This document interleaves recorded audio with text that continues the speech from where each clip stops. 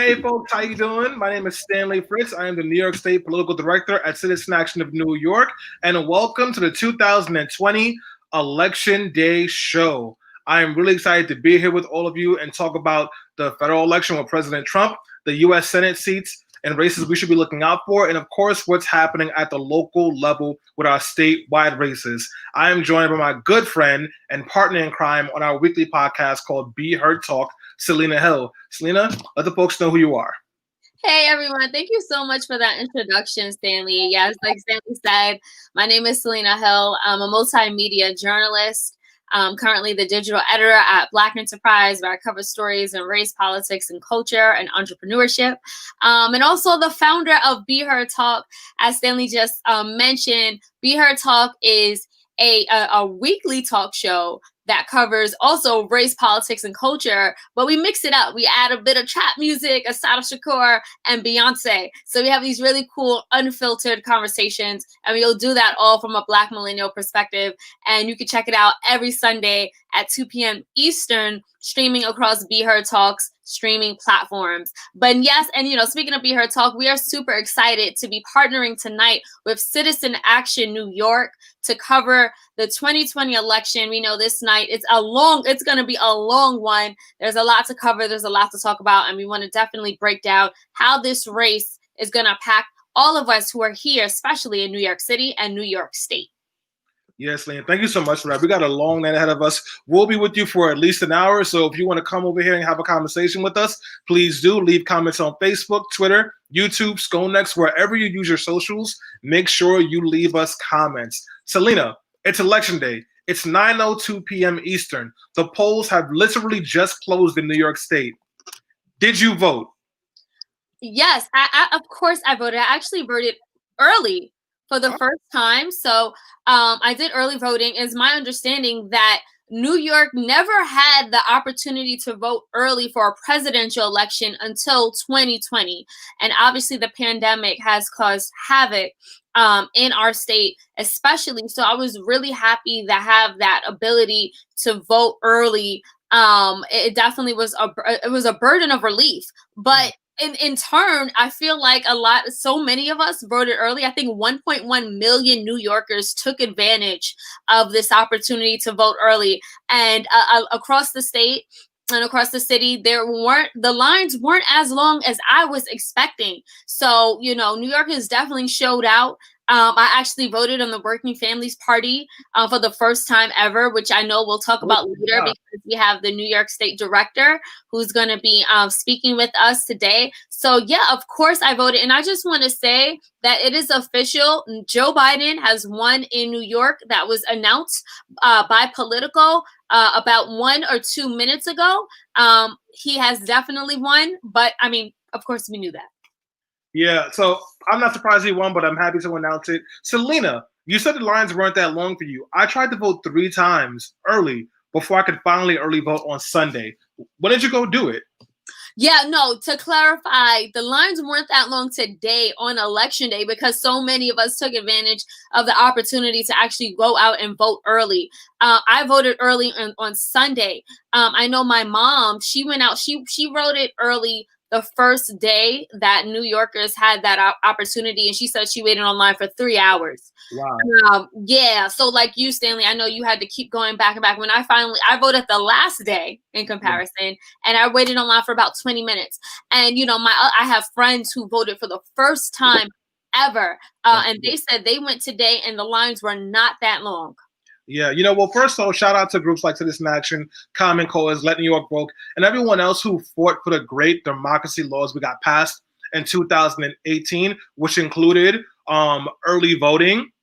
Shout out to New York State Senator Zelnor Myrie, the elections chair in the state Senate, who helped to champion all of this. It's because of that Democratic Senate that we got in 2018 that New Yorkers are able to vote early in 2020. And that's a part of the work that we do at Citizen Action of New York. We're always trying to make sure that the government runs good, so we have good government, so that regular folks can build power for the issues and the policies that we need to succeed. So yeah, this is the first time we've had early voting in a presidential election. It was super clutch. Could you imagine what it would look like if there was no early voting and we all had to go today, Selena? It would look like 2012 or 2008 when I waited in line for hours to vote for Barack Obama. That's how it would have looked today. And the bad thing about it would have been the pandemic. We don't want people to be waiting in large groups anywhere together during this time. So Stanley, the work that you've done in citizen action and the state senators and legislators that you just mentioned was, like you said, it was so clutch.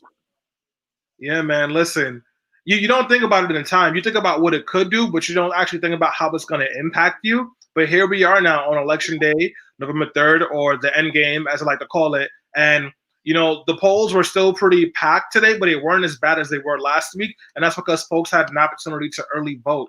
I want to take a second to just look at some of the comments that we have over there. I see that Naquan voted, Christina Sparrow voted, and Christina voted on the Working Families Party line. You love to see it.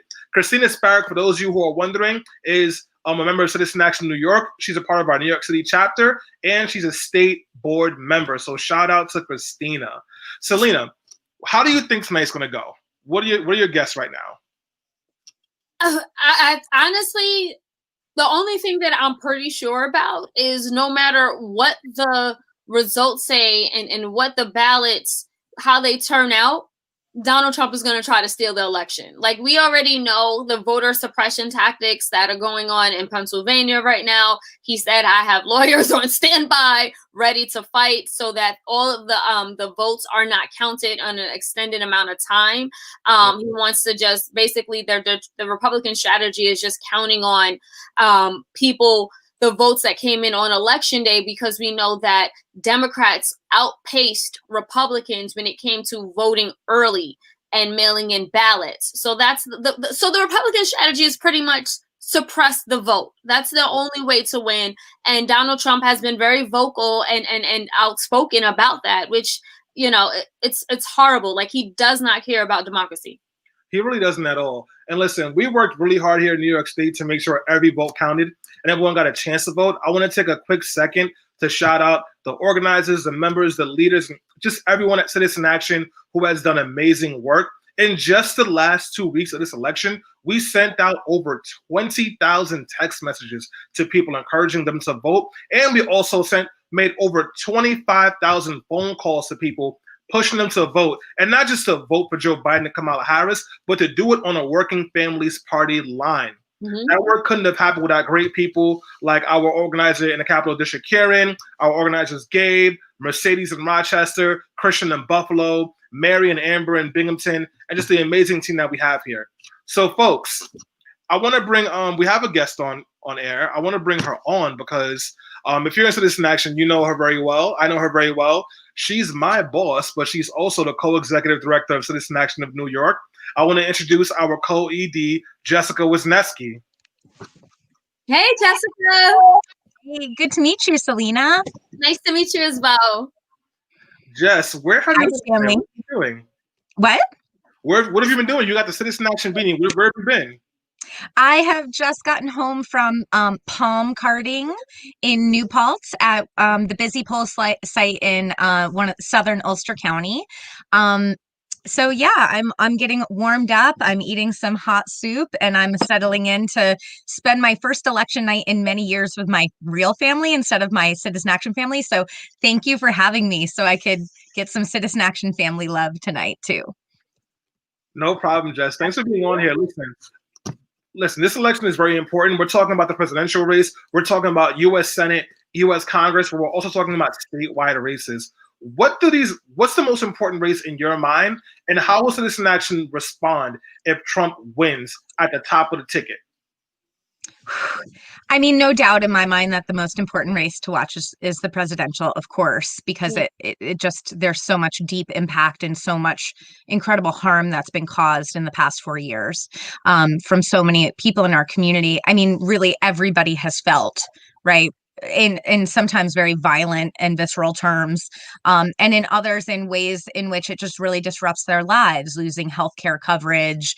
I mean, the list, how the response to COVID has been handled. So anyway, Joe Biden was certainly not my first choice, but he's my first choice tonight. And it's on the WFP line.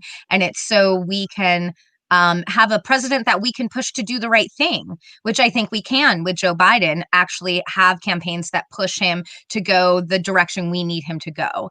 And I think that one of the next things I'm really watching is the U.S. Senate, right? Because if the U.S. Senate flips, New York State becomes a vital state in America. Chuck Schumer becomes the Senate Majority Leader. And we have a job to do in New York to make sure Chuck Schumer does the right thing on every single issue that matters to us. We have a lot of harm to repair early on in this potential new dynamic, knock on wood, if things go our way tonight. But we have to make leaps and bounds in progress in this country over the next 2 years and set it up so it's the next 4 years of hopefully triple Democrats, right, with the president, U.S. House, and Congress. And thanks to groups like the Working Families Party and so many of us, there are so many new progressive allies in the halls of power in Washington. New York's whole congressional delegation becomes a vital player in how politics plays out across our country, with strong progressives like AOC and Jamal Bowman. But even, some of the more moderate Democrats in upstate New York become vital players, where groups like Citizen Action have a base of power that's growing.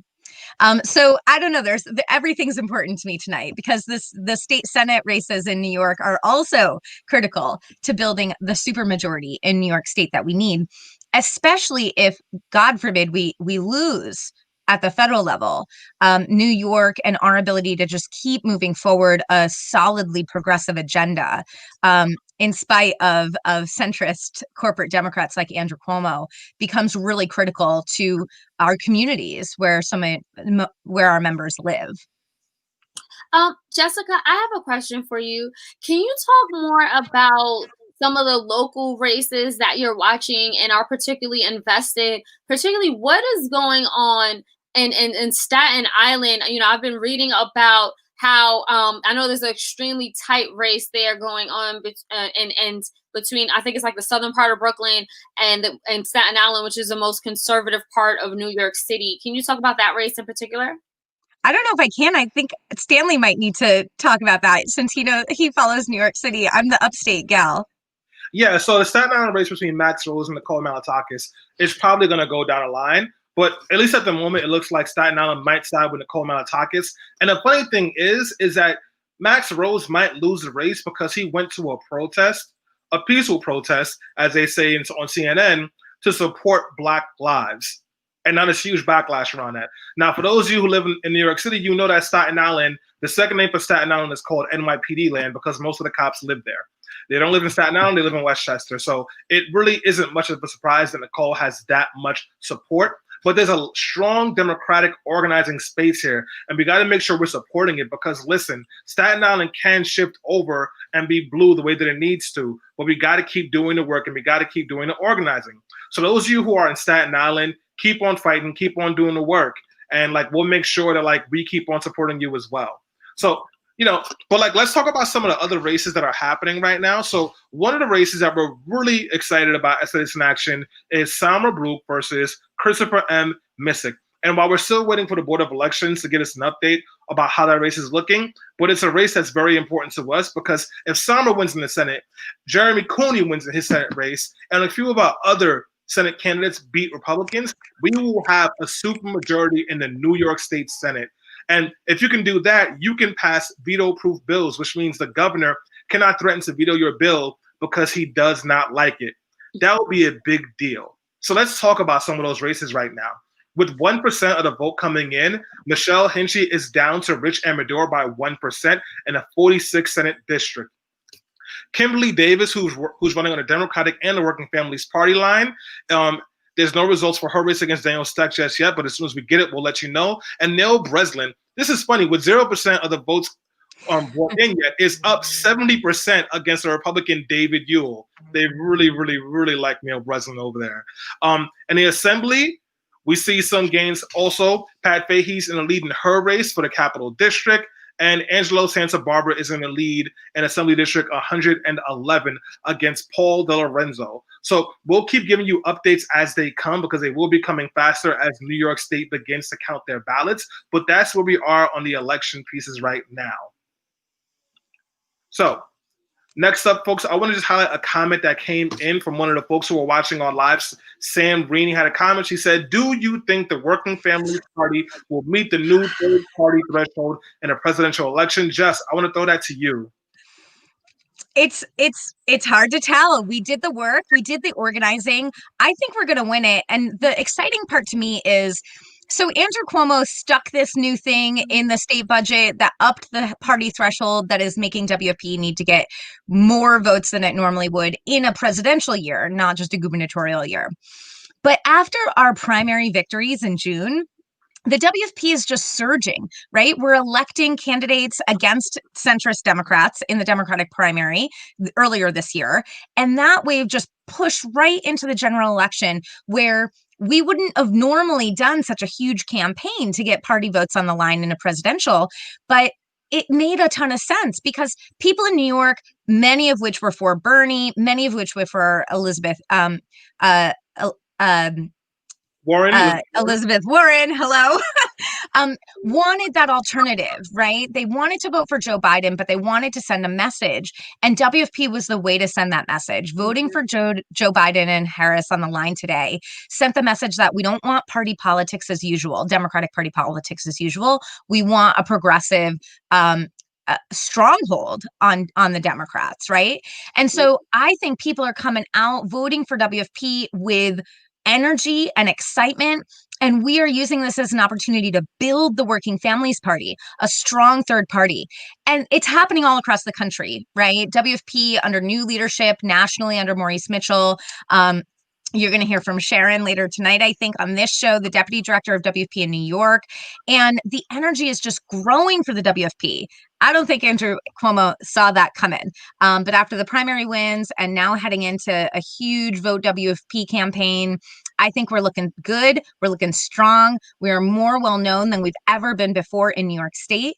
And it's because we aren't willing to accept Democratic Party politics as usual.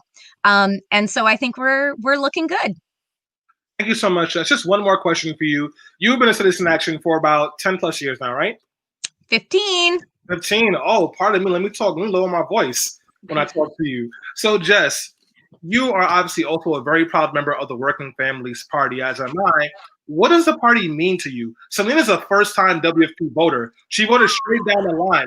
And it wasn't because of me. It was because of the organizing that folks in the party did. So what does the party mean to you? What does the party mean to me? Really just what I said. Like, if we just let the Democrats be Democrats, they're going to be bought off by the money. They're going to run to the right, as they have in over the course of the last few decades done.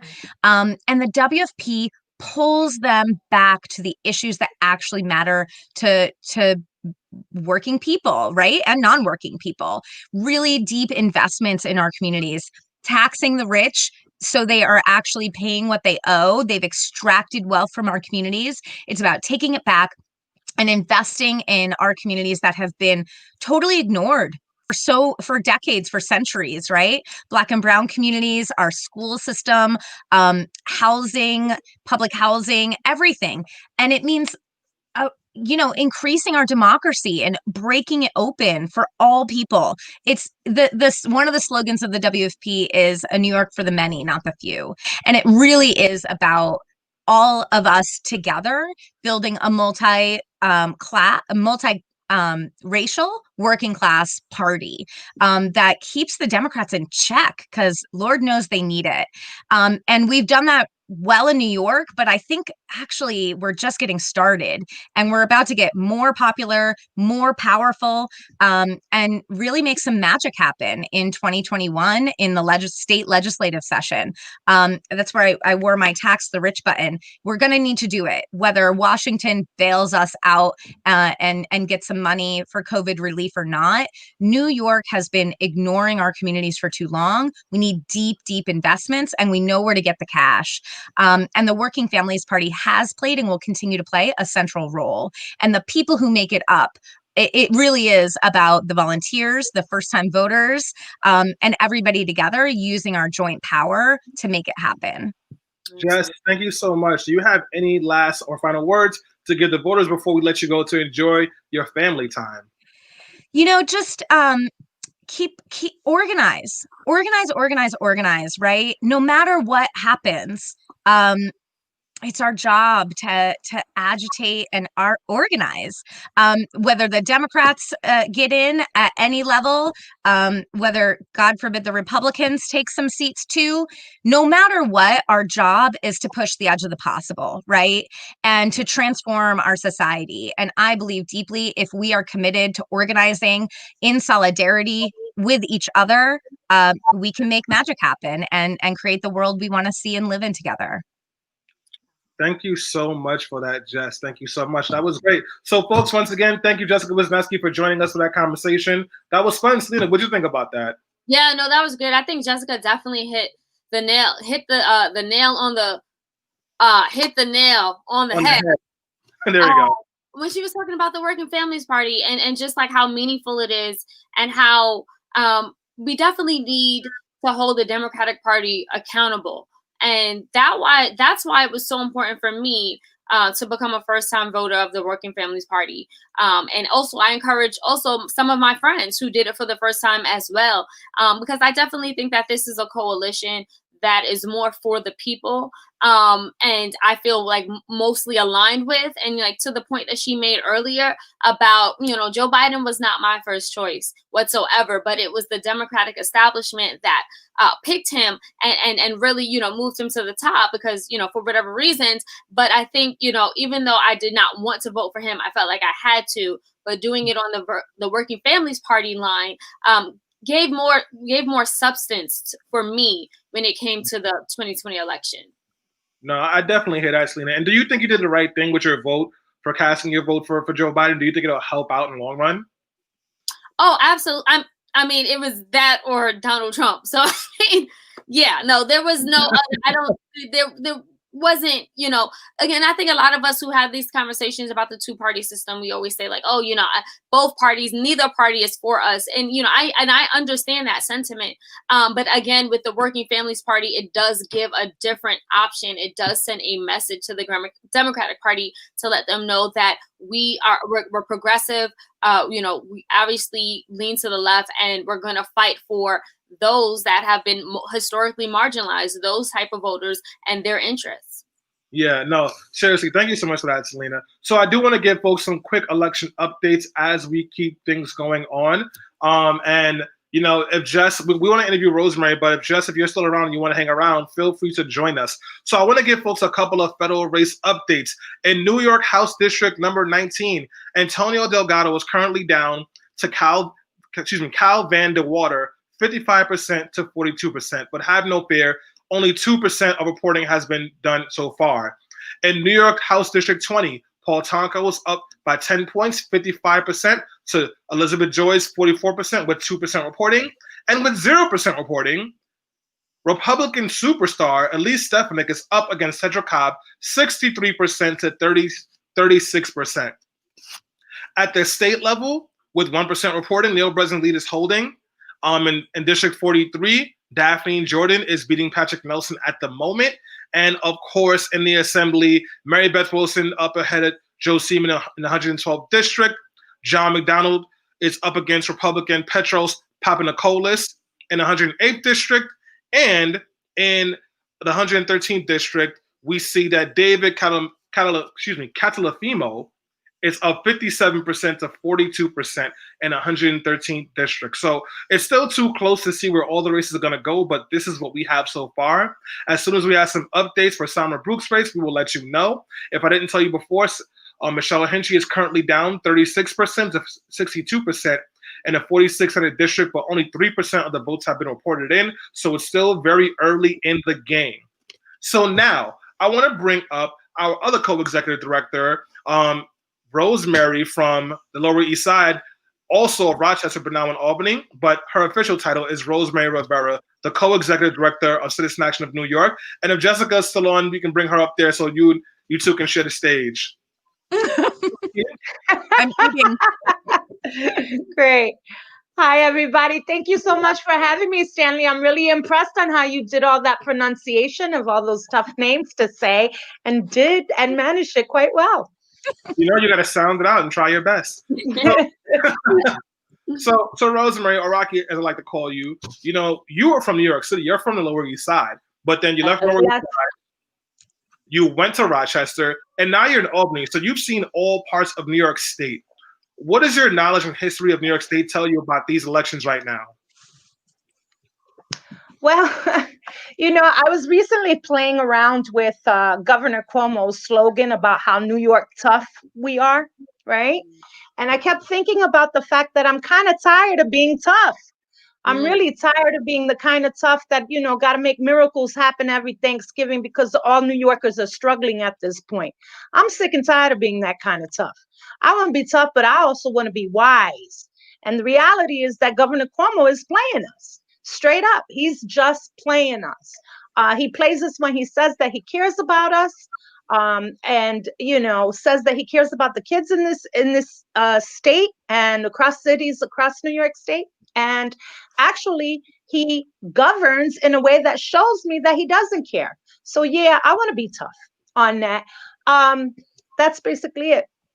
Rosemary, I have a question about that because we've seen Governor Cuomo's profile raise so much on a national level. I mean, there was so much talk that he was even going to run for vice president at one point during this year, that he may join. If Biden wins, he may join his cabinet. So I feel like as New Yorkers have a very different perspective of Governor Cuomo, but the rest of the nation has literally been singing his praises.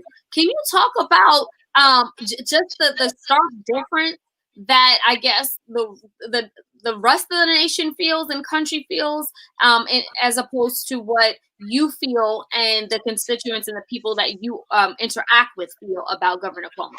Yeah, that's a really good question. One of the things that I say is we've got a real bully and a clown in the White House, right? We're looking tonight to make sure that this man just leaves office in the federal government. But what happens when you got a bully? You get somebody else that's just as strong to fight that bully that's in the White House. And we, especially New Yorkers, we love a good fight, right? So we see these two battling it out. And of course, what do? We can't stand this man in the White House. We're cheering all the way for Governor Cuomo to really show just how bad and how messed up this man in the White House is. But at the same time, while he's doing that and he's portraying, and his rhetoric is very much a rhetoric that says all of the progressive things that we believe in, and we tap into that and we have faith in that. But if we watch closely, while he is saying things like, hey, there can be no value on human life and on healthcare, he was at the same time governing in a way that was about to cut healthcare across the state and shift that taxpayer cost onto counties who could not be able to afford it. While he is saying that every child matters, look at how he's been governing since he's been in office. And let's look at the way that he's been surrounding himself. Who is in the office with him? At the end of the day, the governor's office remains the last bastion for the Republican Party. That's where the staff is. And that's who's creating our budgets. And our budgets are our priorities. And we have got to tax the rich. And instead, Governor Cuomo consistently takes on a message of protecting the very people that put him into power and protects the rich rather than us. And that speaks volumes to me. And I think New Yorkers are pretty wise if they watch closely about how someone moves instead of what they say. Absolutely. So, Rosemary, this question is for the both of you. So you're co-executive directors. You are two folks who both started out as organizers and have been doing work through grassroots organizing all your lives. And now you're at the quote-unquote top of the food pyramid, and it kind of removes you from the ground. So you're not able to knock on doors as much, not able to be on the ground as much. What are some of the ways that you want to make sure you're staying connected to communities and you're providing support to them? Rosemary just got big. Jess, do you want to take that? I'll start by No, just go saying ahead. I went door knocking. I mean, I went door knocking in Kingston the weekend before last, and knocked doors in Midtown Kingston, saw with my own eyes what I have seen been happening in our community, which is massive gentrification. Massive gentrification. I mean, people from Park Slope coming up and buying the houses that middle and working class Black and brown families have lived in for a long time in Midtown Kingston, and talking to the people, talking to the neighbors who are left, really, about what's going on. Talking to the moms whose kids are dealing with remote learning in the Kingston City School District and who are dealing with the inequity, right, around what's going on and what their kid needs versus what their kid is getting in our public school system, and about the issues that are impacting their everyday lives. And right here, I live outside of Kingston, but I'm talking to the moms in my kids' class, and they're talking about the same things, right? They're the issues that we're dealing with in our communities, even in different kinds of communities, are all the same set of issues around being able to afford a roof over your head and to be able to stay in the community that you want to live in, making sure your kid has a good education, right? These are like making sure you can afford and deal with healthcare in your life, especially in a time of pandemic. Like, these are just the issues that families everywhere deal with, that my family deals with. So I talk to people. That's how I stay in touch, Stanley. I talk to people and always keep, you're always an organizer when you're at Citizen Action, regardless of your title or the work you do every day. The work you do every day is organizing. You think about organizing, you do the organizing, you talk to people every day. And so even though I was an organizer many years ago, I still feel like an organizer today. And I'm grateful to be working hand in hand with the amazing staff and leadership team that we have on the Citizen Action boards and with our volunteers. Spending time with them, knocking on doors, keeps me grounded for sure. I'll just add to that, since you asked us both. As an organizer, I think that the way that I described it was that I collected relationships. As an organizer, those relationships didn't end simply because I got a new position. Those relationships are still in existence. I'm still talking to people on the ground. Those relationships are even people that are part of the struggle, which is exactly where I come from, right? So you don't forget where you come from. You don't forget the people that are around you. You don't forget the realness of, you asked about, New York City and upstate. Well, I can tell you that poverty looks the same. It smells and it stinks the same, whether you were in New York City in the Lower East Side. I remember Delancey Street. When you got off on Delancey Street, it stunk to high heaven, right? On the train there. But if you go upstate New York, it smells the same. Poverty smells, when you have issues on the MTA, we got issues that I can't get a bus, in upstate New York. Transportation issues, they're alike. And parents' dreams for their children, whether you're in New York City or in Buffalo, New York, or wherever you are, they're the same. They want the best for their children. And that's important for us to remember, because there isn't anyone that I have talked to that has a dissimilar vision of what they want for their families, and they, a little bit better world is what they want to see.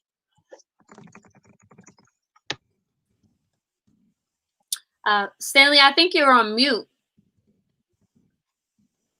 That is 100% true. Sorry about that, folks. I was getting you some election results. So we have a change in tides. With 23% of the vote coming in Senate District 46, Michelle Hinchy is up 73.78% to Rich Amador's 23%.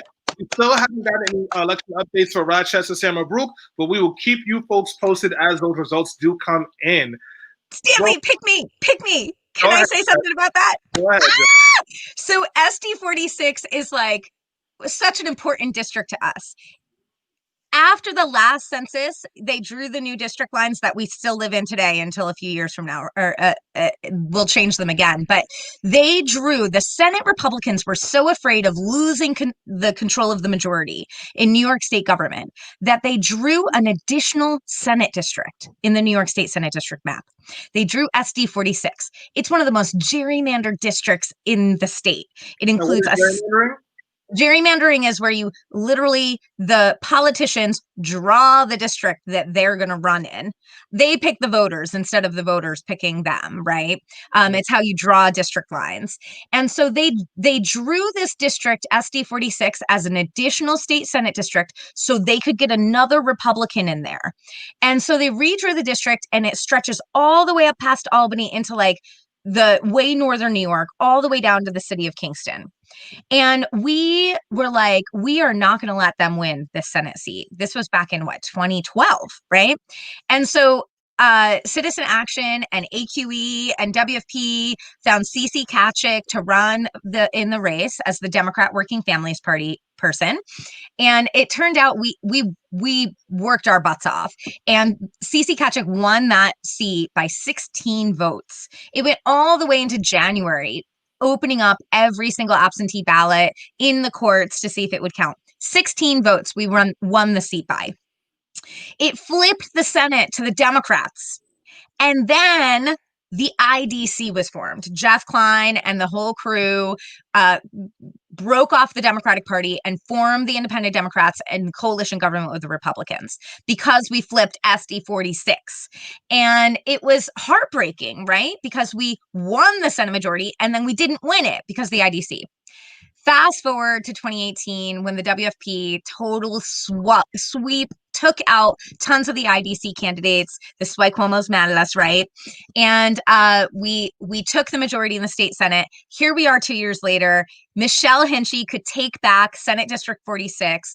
The people of the city of Kingston, Saugerties, and all the way up past Guilderland, up toward Albany, are going to finally have the representation they deserve with Michelle Hinchy in that Senate district. And it's going to add to that Senate Democratic supermajority with Working Families Party Democrats that you described before. So it's just super exciting to hear Michelle is doing well. And we're really hoping for a victory there tonight. Yes, fingers crossed for Michelle Hinchy. Jess, thank you so much for that origin story. That's really cool. Thank you. I couldn't help it. No, that was great. That was really great. Now, speaking of election results, I want to let you guys know what's happening in Senate District 42. Jen Metzger, a Working Families Party candidate, endorsed candidate, is up 68.86% against Mike Martucci, who has 28.13% of the vote. In District 22, Andrew Gennardis, who was endorsed by Citizen Action and Working Families Party, is down by 2 points. He has 46.98% of the vote against Vito Bruno, who has 48.83% of the vote, with only 40% of the votes being counted.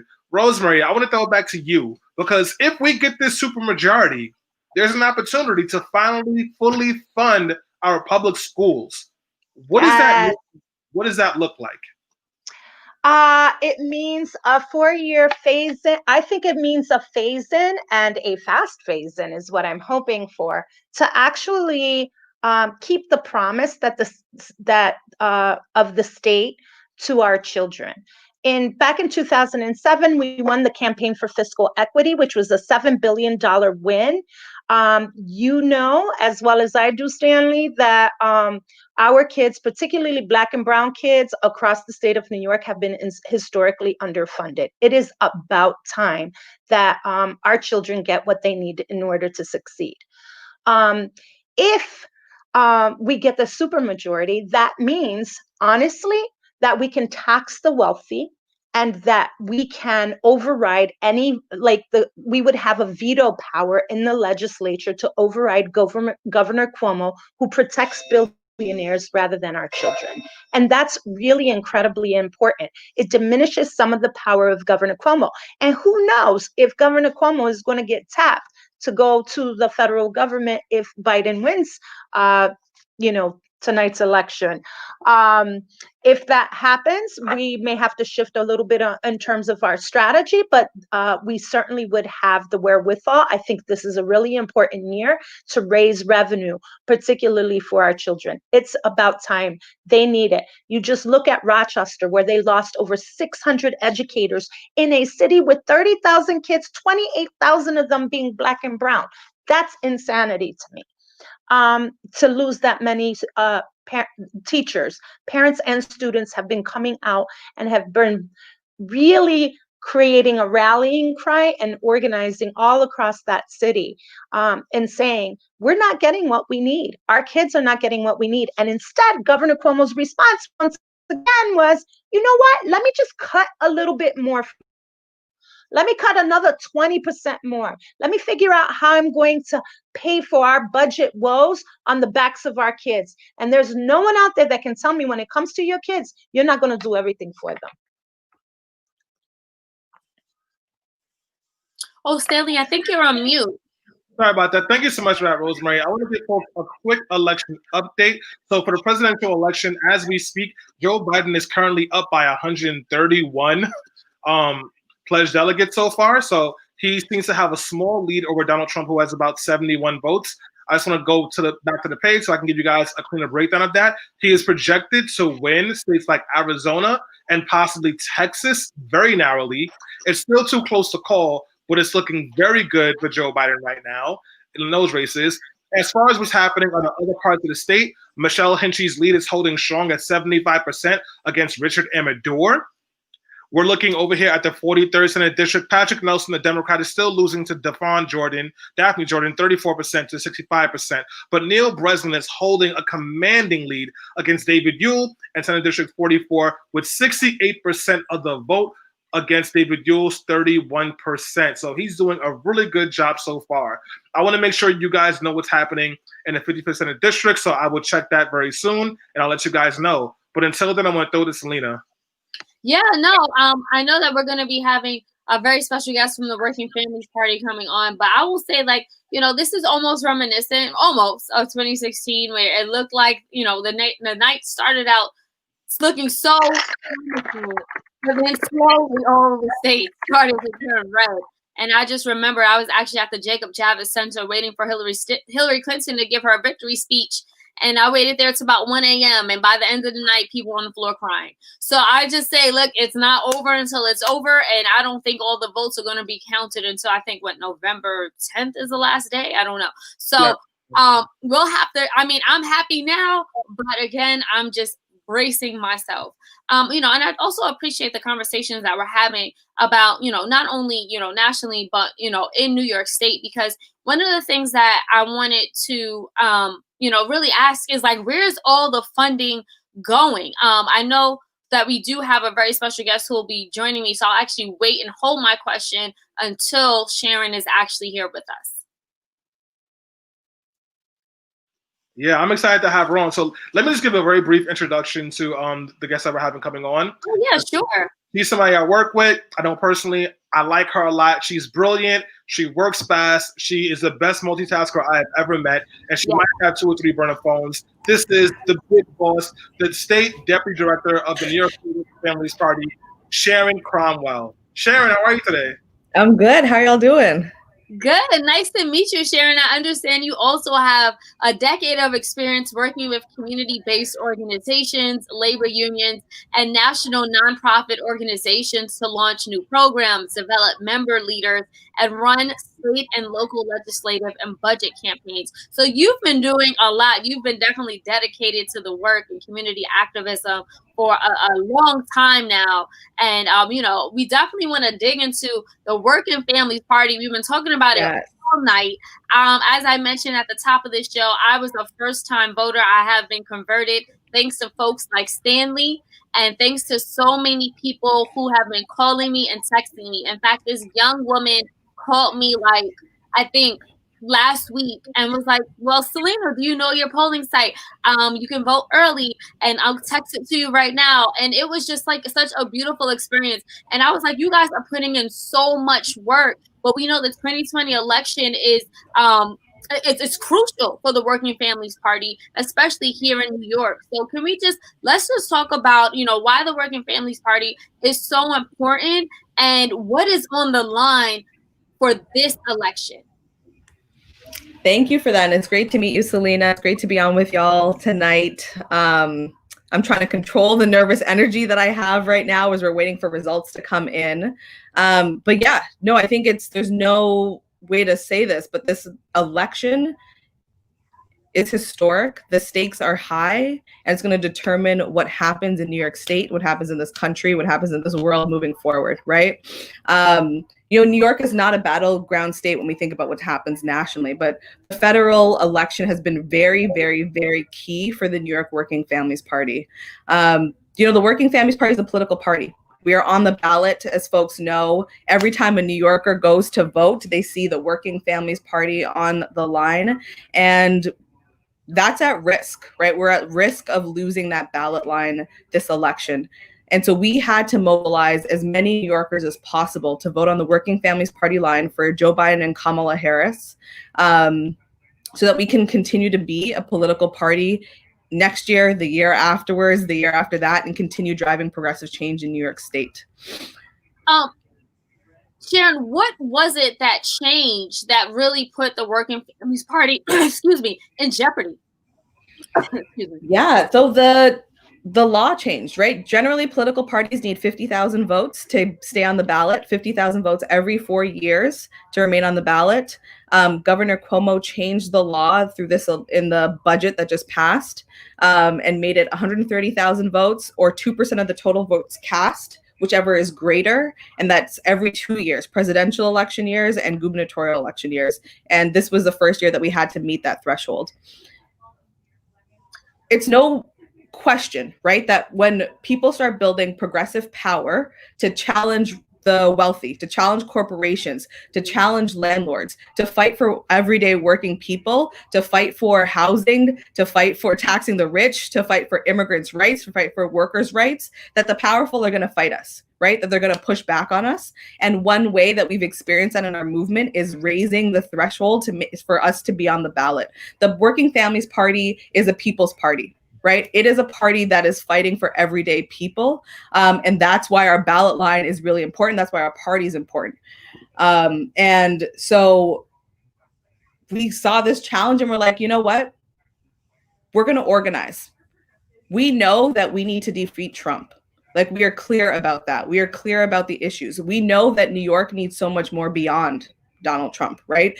It was so much more beyond defeating Trump. It needs so much more to recover from COVID. It needed so much more before COVID and before the economic crisis. We need to combat growing income inequality. We need to combat ongoing criminal justice issues. We need to combat white supremacy and racial oppression that our state is experiencing. And so that we're going to use this moment right now to defeat Trump at once and to fight for so much more and to put our issues and our movement and bring that to the polls. And that's what we did through this campaign. And that's what's at stake in this election, right? And so that's why one thing that we're looking at is how many votes we're going to get on the Working Families Party line for Joe Biden and Kamala Harris, because we know that when we're victorious, it means that our issues, our movement is going to be that much more powerful when we go into 2021.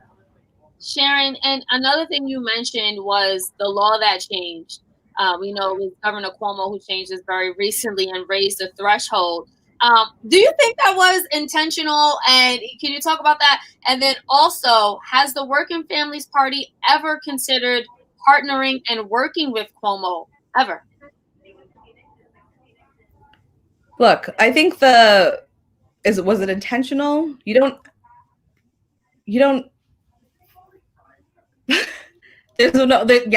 right? The answer is yes, it was intentional.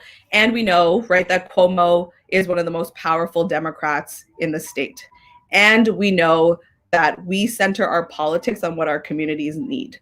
So we know that there are going to be challenges to us when we're powerful, when we're building power. And I think we're going to see a lot of results that come out of this election to show that progressives are the dominant political force in New York.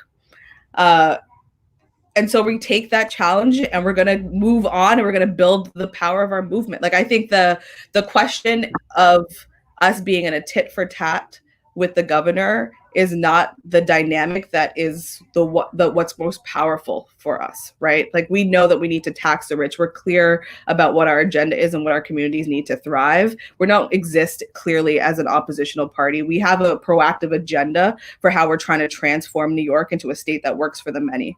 And I think petty politics is not how we're going to play that and how we're going to win. Right. And so the governor can come for us, can raise the threshold. And clearly what we're going to see is that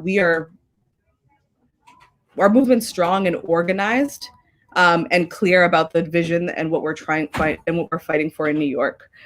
So that's what's always going to guide the politics and what decisions we make, who we endorse, what races we invest in, what legislative fights that we take on is really what our communities need. And that's what stabilizes us, and that's what gives us power. And that's what makes me really optimistic about how what the results are going to be. And we look at what the votes on the Working Families Party line.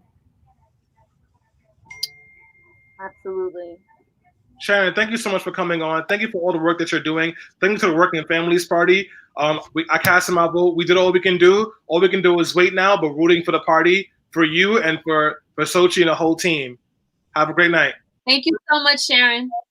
All right, folks, I have some election updates for you. So last we checked, at the moment, Rachel May is winning a 3-person race with 68% of the vote in the 53rd Senate District. In the 55th Senate District with Samra Brook, she is up 52% to 45%. But let's go there and give it a quick check right now to see if anything has changed. And it looks like nothing has changed. With about 50% of the vote in, she is up 52.53% to her opponents, Christopher Misik, 44.43%. In the 56th Senate District with Jeremy Cooney, the race is just as close, even though we do feel confident that Jeremy Cooney will be able to pull away. And right now, with 0% of the votes counted in, Jeremy Cooney has 0 votes, and so is Mike Barry. So see, I told you it was close. Anyways, moving on over, guys. Jen Metzger still has a pretty comfortable lead, and Leslie Danks Burke is in a very close race against Thomas O'Mara. They're both at about 48%. So it's super close. Make sure you keep on watching. Selena, it's 9:52 p.m. Election results are still pouring in. Things are getting close in Ohio. People are getting worried. Do you think Biden will have enough to pull it through tonight? Or are the results going to not be clear until November 10th? I think it might not be clear until November 10th. I think that, before we, hopped on this show, it looked like Biden, was doing pretty well in Ohio. But from my understanding, it's the suburban neighborhoods that really determine who's going to win that state. It's a crucial state. Trump, did very well in those suburban neighborhoods on the outskirts of Ohio. And we know that, the Biden campaign has been campaigning very hard in Ohio specifically. I think, the states that I'm really watching is like Ohio and Florida at this point, because we know that they are really crucial when it comes to determining the presidential outcome. And as I said at the top of the show, I think that even if Biden was to win those crucial states and win Pennsylvania, the Trump campaign, the Trump administration has said that they will put up a fight. They are willing to take this to attorneys, to the law, even up to the Supreme Court, which is why he pushed Amy Coney Barrett through the Senate so rapidly, because he wants the Supreme Court to determine who wins. He does not want democracy. He does not want your vote and voice to be counted. That is not what Donald Trump is about. He's only about himself and winning. But of course, you know that. Yeah. And as we speak, Donald Trump is up by 2 points in Ohio, 50% to Joe Biden's 48%. We're still waiting to see what happens with the rest of those results. Fingers crossed that Joe Biden is able to pull through in Ohio, because as we know, Ohio, Pennsylvania, and a few of those other states are very important, and we need to win those if Joe Biden has a chance of winning the election. Right. As far as the congressional level, Antonio Delgado has pulled closer. He is now at 42% to Kyle Van De Water's 55%, with only 8% of the vote coming in. Paul Tomko in District 20 has pulled ahead. He is up 51% to Elizabeth Joy's 48%, and Elizabeth Stefanik in Congressional District 21 is up 68% to Tetra Cobb's 31%. Michelle Henchy is leading Rich Amador still with a healthy lead, and Neil Breslin in Senate District 44 is still leading 65% to 34% as we speak.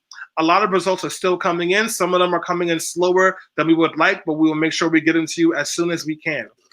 As for me, I was hoping that we can get Florida and Ohio tonight and make this a quick thing, a quick knockout. I don't think that's going to happen. I think that we're going to have to wait, and we're not going to find out the final results for a couple of days. We've just found out that Kellyanne Conway said that Donald Trump will be speaking tonight. He will be addressing the country. I'm suspecting that he will probably try and say that he's won the race, which is what George Bush did in the year 2000, even though it was very clear that the race had not been decided yet. These next couple of days are going to be very interesting, folks.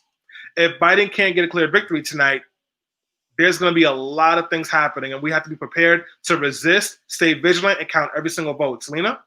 Yeah, no, I wanted to chime in because a lot of places are prepared. In New York State, a number of storefronts boarded up their windows.